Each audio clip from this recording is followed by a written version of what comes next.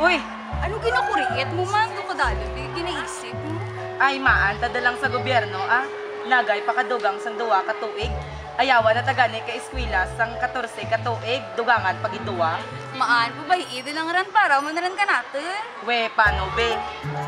First of all, ang Kito 12 isa ka programa aging patupad kang gobyerno para gidya ka naton. Pamatii ba lang hambal ni Sir Lauro? Ang K-12 program o natawag na itong na Enhanced Basic Education Act as stipulated in Republic Act 10533, it covers kindergarten, 6 years of elementary education, 4 years of junior high school, and 2 years of senior high school. Baligin palaba sang gobyerno ang aton nga edukasyon para kamo nga mga estudyante handa na sa kolehiyo, handa sa negosyo, kag handa sa trabaho sa gasto pa sa aton gobyerno.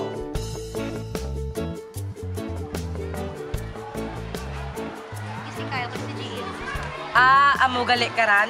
Ano tanaran ang ginambal da nga STEM man? Mga hams? Ano ran man? Mams? Ano ran man? Hindi ran timams kag hams Hams ran! Ano siyang ba ni Ma'am Katedrala? Ma'am?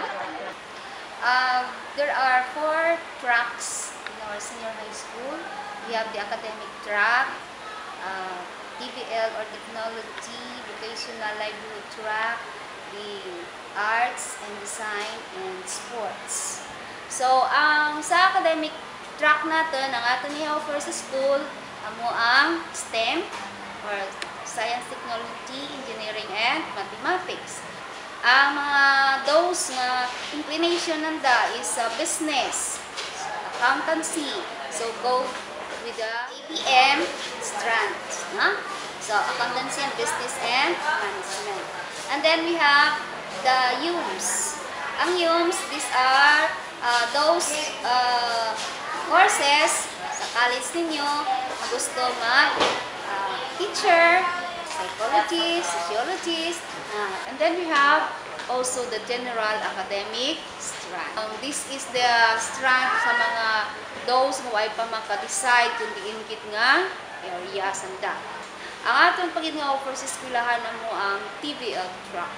So we are offering the 4 strands of the TVL, which are industrial arts, home economics, agri-fishery, and ICT or information and communication technology.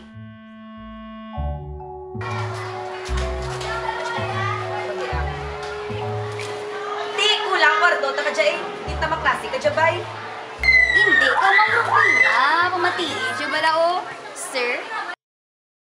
Regarding diri sa aton nga preparasyon, ang aton gobyerno nag-allocate sa para amount for buildings kag mga facilities. Ang aton nga mga stakeholders, our LGU, dira sa aton nga provincial government, nagabulig man diri sa aton. Dili kamo magkabalaka, nga ginapiliparahan naton para nga kamo maging masulahay man kag matuduan kamo sing maayo.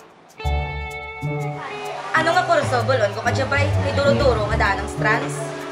Ay maan kanimo, kadakugit ka na kanimo para mangkutanon. Just yung mga pelo, oh. Ma'am?